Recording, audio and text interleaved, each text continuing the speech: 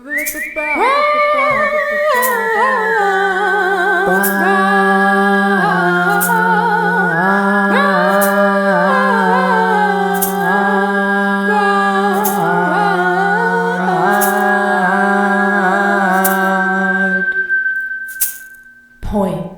there, and welcome to another episode of the Broad Points Podcast. I am your host, the broad that points, the broad with the points. It's me, Tyler, the lady. Let's jump right in today and start off by saying, do not, yes, you're correct, you're hearing me correct, don't do it, be afraid to be vulnerable. Yes, you guys, being vulnerable actually requires so much strength and so much courage. To bare our souls in front of other people allows them to feel closer to us. It humanizes us. And we're all humans, right? Mostly, maybe you're not a human, listen to this. Maybe you're a dog. I don't know you like. I don't know how you identify. Really, truly, I'm just happy that you're here and listening, because you are exactly where you are supposed to be. And sometimes reaching out and asking for help can seem like a daunting task. It can. I've been there. I know. However, every time that I have reached out, I have found an opportunity for growth. Yes, I've found an opportunity for growth, which means I, as a person, am growing, which is what I really, really strive for in this life, is to continue growing in both mental, physical, emotional, all the things. We want to become wiser.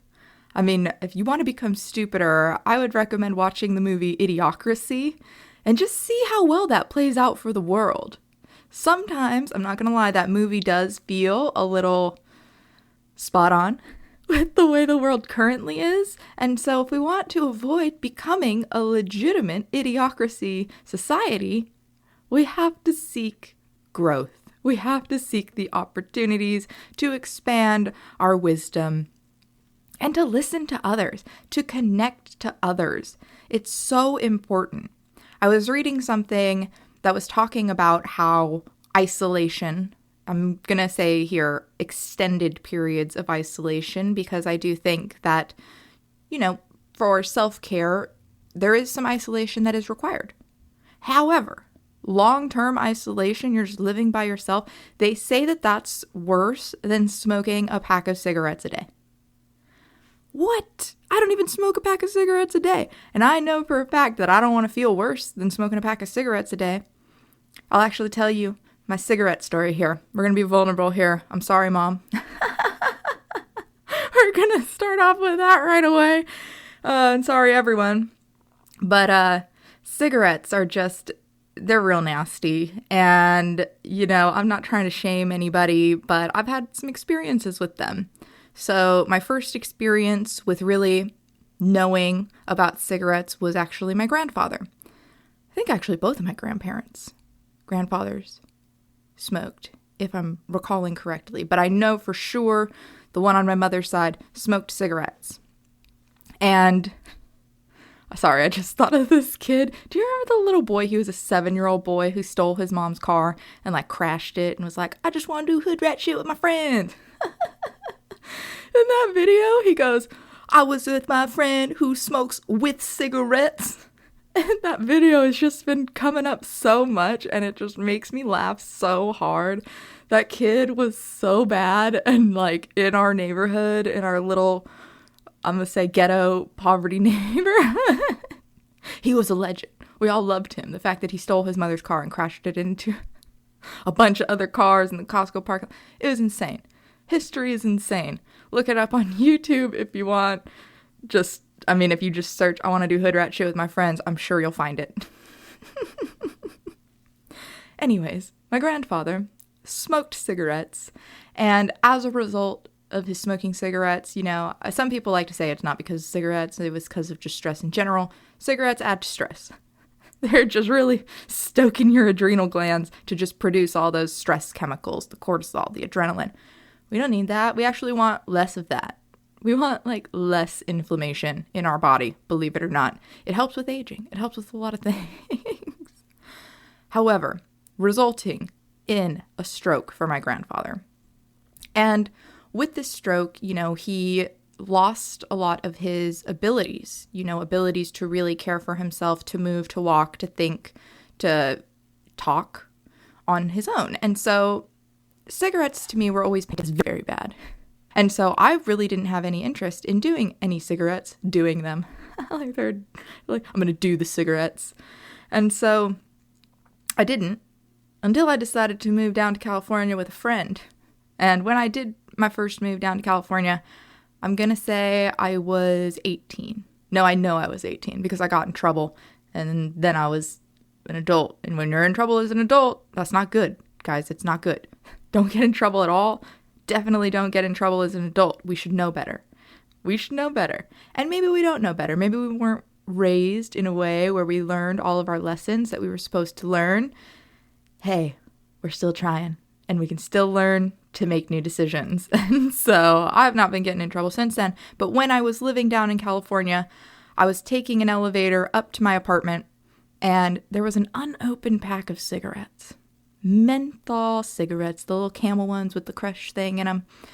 And I was like, I think I'm going to try smoking cigarettes. They're for free right here. Like, why wouldn't I smoke these cigarettes? And yes, I know it sounds stupid to say it back now, but that's what we're being vulnerable here. I'm telling you about this because maybe this is you. Maybe you're thinking about trying cigarettes. And so I tried the cigarettes. I smoked the pack of cigarettes.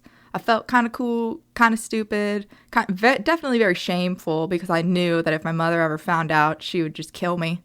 But, sometimes you just gotta learn for yourself. And so I decided to learn for myself here. I smoked that pack of cigarettes. And then I bought one more pack of cigarettes. I spent money on cigarettes, which to this day just a little bit kills me. But it was one pack that I paid for, which is nothing in the grand scheme of things. There are people who pay for like one pack for half of the day, right? Some people smoke a pack a day. There are people who smoke 2 packs a day. So the fact that I got away with 2 packs in my whole entire life, I feel great, right? I feel great on that front. So I buy this second pack of cigarettes and I'm on the friend with my phone. I'm thinking I'm all batty. I'm like, ooh, look at me smoking these cigarettes. And I smoke one. And then I think everybody smokes multiple. All the people I know who smoke cigarettes are out there just chain smoking cigarettes. Why can't I chain smoke cigarettes? So I decided to light up that second cigarette. And oh my gosh, you guys, I was so violently ill. I became just so sick. The nausea washed over me. I lost all color from my body. And at the time, I'm so stupid. I was on the phone with a boy. And I just was like trying to be cool to the boy. So I didn't want to let him know that I was throwing up. But he was real talkative. So, we could call him a narcissist if you'd like. And so I just muted the phone and let him listen to the sound of his own voice while I violently vomited. And it was projectile vomiting into the toilet. I made it there, hallelujah, because I was at my grandparents' house. That would have been real embarrassing to just like be violently ill off of cigarettes and then just be throwing up all over their house. But I made it to the toilet. I threw up in the toilet. And then after that, I never smoked another cigarette again. Yes, guys, we can choose to endure some pain. We can also choose to quit.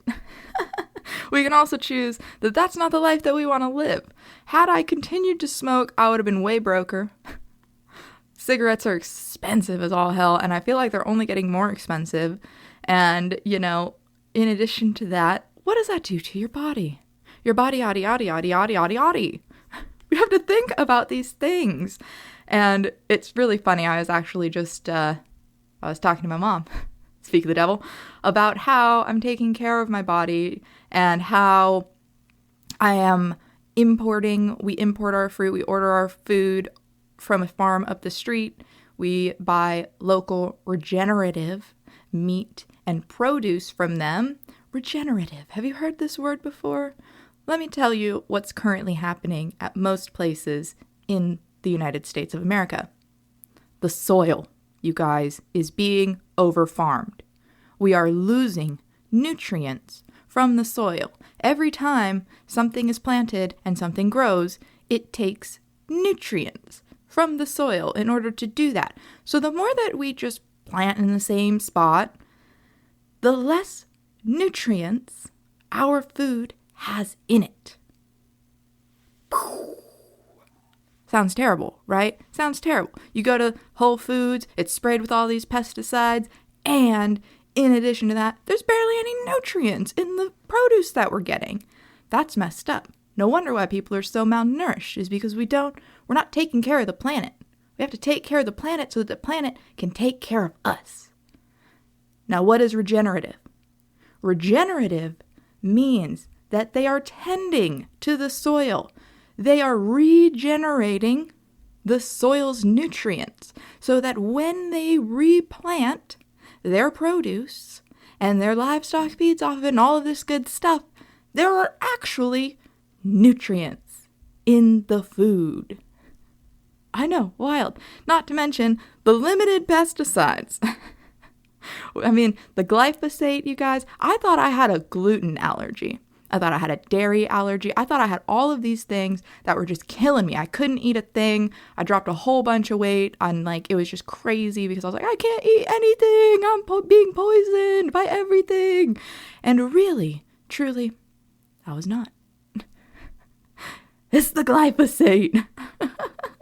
I didn't have a gluten allergy. I had a glyphosate allergy. And so as a result of switching up my produce, I have a much healthier gut biome. I feel so much better within myself. I'm actually getting nutrients. I feel them coursing within my body.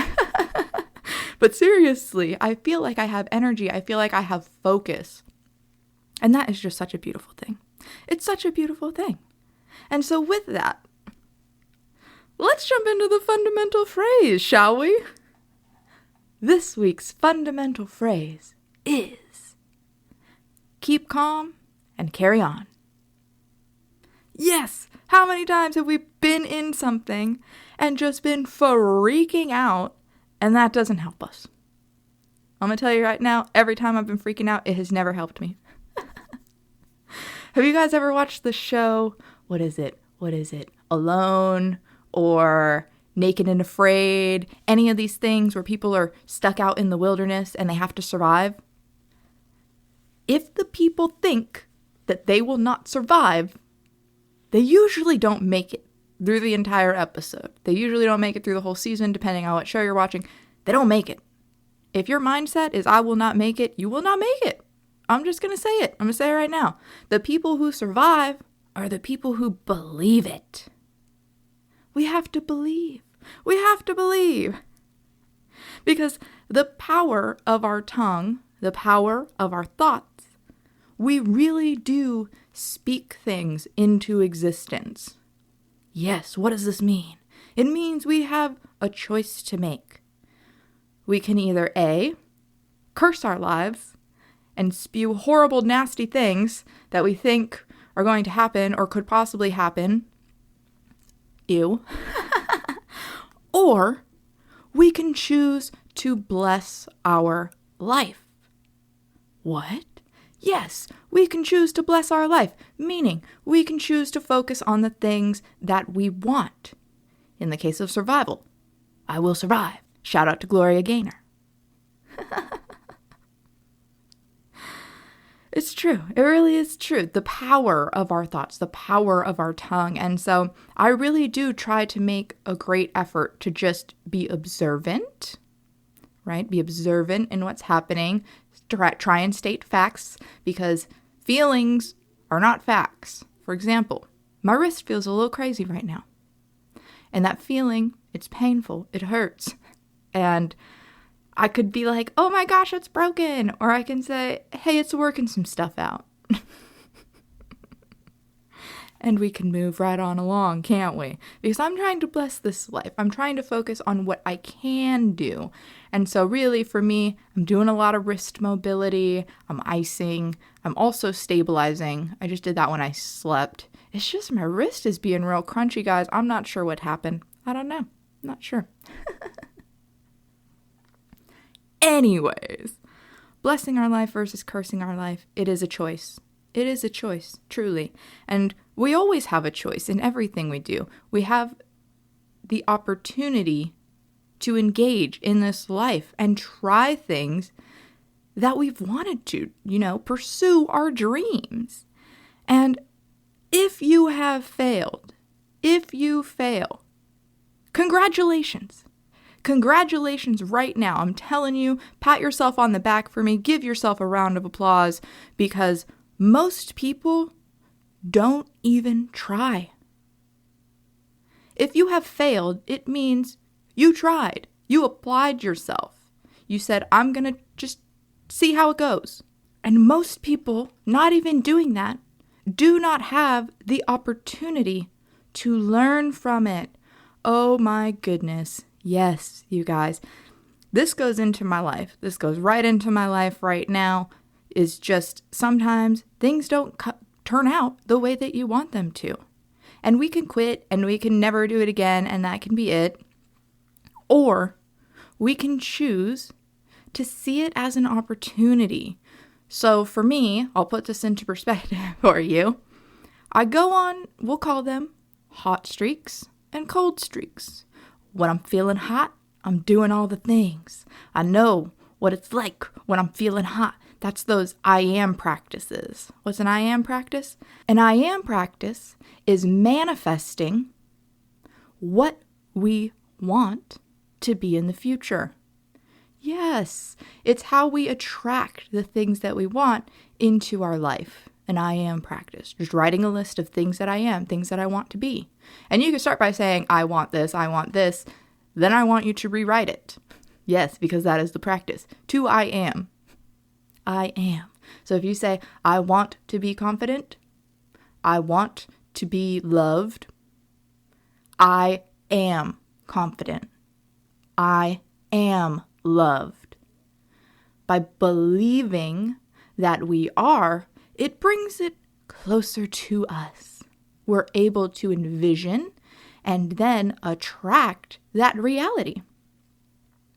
However, I do tend to focus there a lot, and so I did reach out. I did ask for help. I went back to my life consultant. What the heck is a life consultant, right?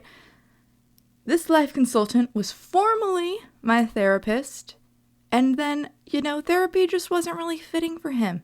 It wasn't, and so he switched. Now he's a life consultant, which I like better because I feel like with therapy, people are just trying to tell you what's wrong with you. They're just really trying to poke at you and prod at you, and it didn't make me feel good. Maybe this is you. Maybe you have a great therapist, and I'm happy for you. They're not all great. They're not all great. Don't feel like you have to stick with one if they don't fit for you, right? That's actually why I started to pursue coaching on my own, was for the idea of me search. I knew I needed to grow. I knew I needed to accomplish some goals and learn some tools to get there. And so that's why I pursued coaching. And that's also why he veered off into life consulting. And so by speaking with him, I was noticing resistance. And I was explaining to him, we've had some hot streaks, we've had some cold streaks. And he challenged me with some homework. And I love homework. I do, especially when it's related to self-care, self-growth, enlightenment, those sorts of things. It just makes me real excited to do it. And so we moved away from the idea of the I ams into the what the heck is going on with the cold streak. Because sometimes when you're in the cold streak, you don't necessarily realize that you're in the cold streak.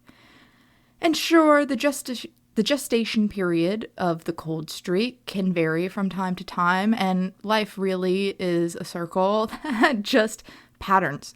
The patterns do come up, and although we may not be able to fully escape a pattern, we can lessen that gestation period. We can lessen the amount of time that we are in said streak. Yeah, we can. And that's something that I work at actively. Something that I work at actively on a day-to-day basis. I'm trying to have less downtime. I'm trying to have a life that I don't need to take a vacation from. And so, the challenge of writing down my cold streak characteristics has just been so insightful. I'm honestly still writing it because I think that it's important to see what comes up over the time that I have until I see him next. And it also gives me time to really reflect on what's happening. By seeing what's going on in these cold streaks, it gives me some identifiers. Some things to recognize when I'm going through it. Oh, if I'm feeling insecure, if I'm feeling, overwhelmed, if I'm feeling anxious, those are typically signs of a cold streak for me. They are. I'm not scared or anxious when I'm on a hot streak. I'm just not. I'm present. I'm there. I feel powerful even. But it's not always about all of the light, all of the time, because we are two halves. We are both positive and negative. We are both left and right side of the brain. We are both body and mind. Everything is intertwined. And so maybe you want to do the cold streak practice for yourself. Maybe you're in a cold streak right now and you want to identify what's going on with you. If we don't pay attention, we won't know. And I don't know about you, but I want to know what's going on with this body. And that's why, I've cut down on sugar a lot, I will say. Like, that's pretty impressive to me. I had a piece of chocolate last night. That was, pretty big. My, sweets these days, they're weird. I mean, I really enjoy my smoothie. I make a mean smoothie in the morning, so that I can get all my fruits and vegetables, a nice balance of magnesium, fiber, potassium, probiotics, prebiotics. It's all in there in just one drink. I just have to drink one drink.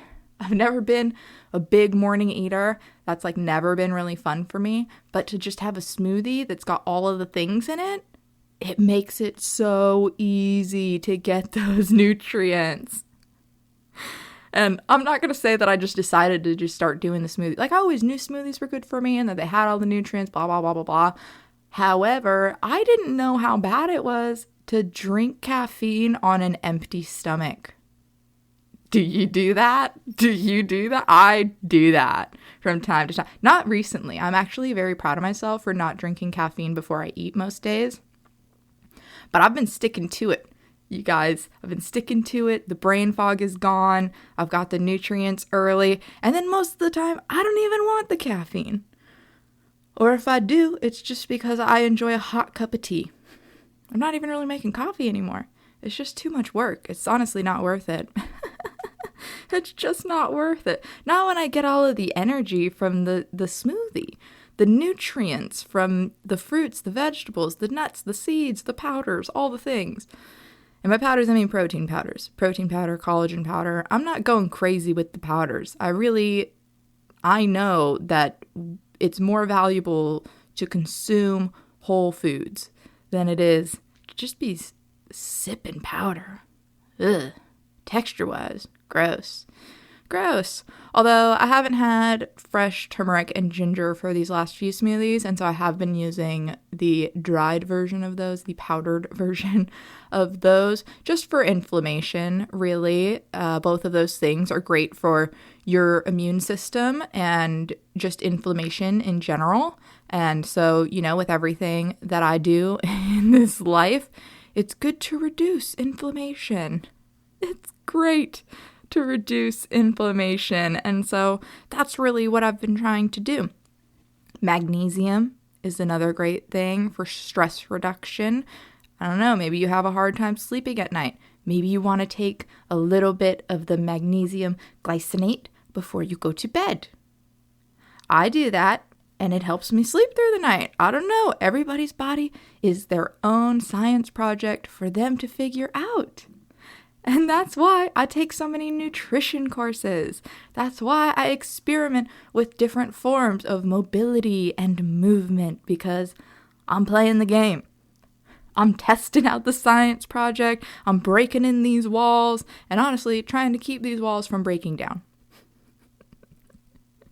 Because we don't want to break down. We want our body to last. I mean, I want my body to last. I have young people in my life. My niece is, how old is she? 8 right now? I can't not be around for her. I want to be around for her as long as possible. And yes, there are people who will say, oh, well, you could take care of your body, but then you could get hit by a car tomorrow. Yeah, that's true. I choose not to think that way. I also choose to think that I'm working out my body enough so that I could see the car, so that I could jump out of the way. Shout out to that one episode that I don't remember what it was when I almost got hit by that car. It's happened a couple times. I jumped out of the way because I had the energy, because I was mobile, and I was alert. Yeah, all my faculties working in my favor there to keep me alive. So if I maintain and care for all of my faculties, I believe they will continue to keep me alive. And that's my belief. If you want to believe that you're going to get hit by a car tomorrow, I mean, that's on you. Everybody, it's your choice. I'm not here to tell you how to make decisions or switch up your choices. Everything is an opportunity. We're just talking here. We're just having a good time. Speaking of having a good time, I'm having a great time dog sitting. For those of you who do not know, I provide dog sitting services. Yes, dogs. I love dogs. I grew up with pit bulls, and I know some people are like, ooh, pit bulls, scary. They got the lockjaw. But also, pit bulls were the first nurse dogs. They are so loving. They are so sweet. They are only bad because people made them bad. All of the problems on this planet are people problems. They are. We have just beaten them or manipulated them into being so angry. And so I choose to not believe that pit bulls are bad. I love pit bulls. I love them so much. I can't have one right now where I live, but they're so cute and I just love them. Also grew up with, chihuahuas, some snakes, some rabbits, lots of fish. My dad had a lot of fish. He built that koi pond in our backyard where he was just digging for forever. Just so funny. Just people thinking that he was burying dead bodies back there. Anyways, dog services. I am dog sitting a husky right now. And I'm just loving life, honestly. Because I have always dreamed of having my own Balto. Yes, Balto. And just, this dog is the sweetest. She is so well behaved, and it has just been a blast. So I want to put it out here as well. If you are in the desert, in the Coachella Valley, and you are seeking dog sitting services, I am on Rover. If you want to pay less money than Rover, just reach out to me directly, honestly, because with Rover, you got to go through all the fees and the blah, blah, blah. Like, we can do it. We could do it that way. It will cost you more dollars. Just reach out. Reach out to me to ask about it. Are you asking how you can reach out to me? Oh my gosh, please find me on social media at Broadpoints or at Tyler the Lady. And if those don't work for you, if you're not on social media, that is a-okay. You can reach out to me via email, broadpointspodcast@gmail.com. And when I go out with this beautiful husky, when I go out in general, she likes to run. I like to run. And so I always make sure to have the appropriate footwear. What footwear is this, do you ask? It is my Xero shoes. And honestly, for convenience, I've just been putting on the Dylan slip-ons. My Dylan canvas slip-on shoes are real great for dog walking. I could just slip my foot in and just go right out of the door. So if she's got to go, we can go immediately. And I'm still connected to the earth, and my toes are still all spread out. I can get my little run on. I can move comfortably, freely, and I feel connected to the earth, connected to the pup, connected to the earth. It's a beautiful thing. If you would like to buy yourself a pair of Xero shoes, golly, you can by using my Zero affiliate link. And when you use this link, you pay me too. You buy shoes for you, and you pay me. What's that link? Well, it's Zero with an X for zero, zeroshoes.com/go/Tyler the Lady. They take me everywhere, you guys. They really do. They really do.